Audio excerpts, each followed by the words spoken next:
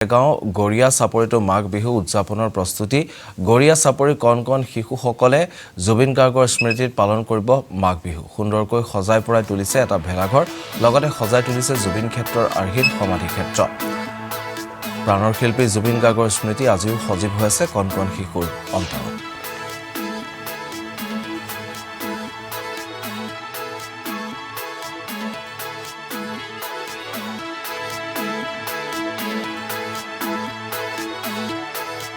আমাৰ ইংৰাজী নৱবৰ্ষৰ শুভেচ্ছা থাকিল আৰু আমাৰ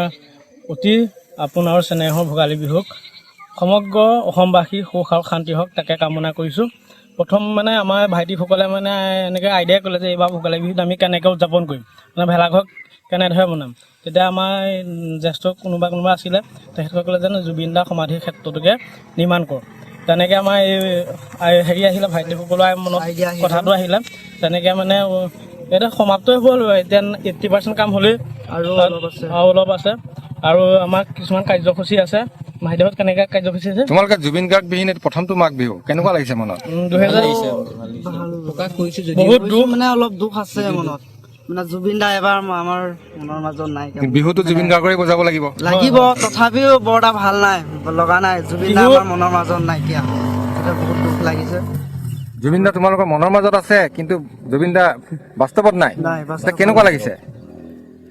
কেনেকুৱা মাঘৰ বিহুত ফূৰ্তি কৰিবলৈ মন যাব নাই মনত আনন্দ থাকিব কিন্তু বিহুটো সেমেকা হ'ব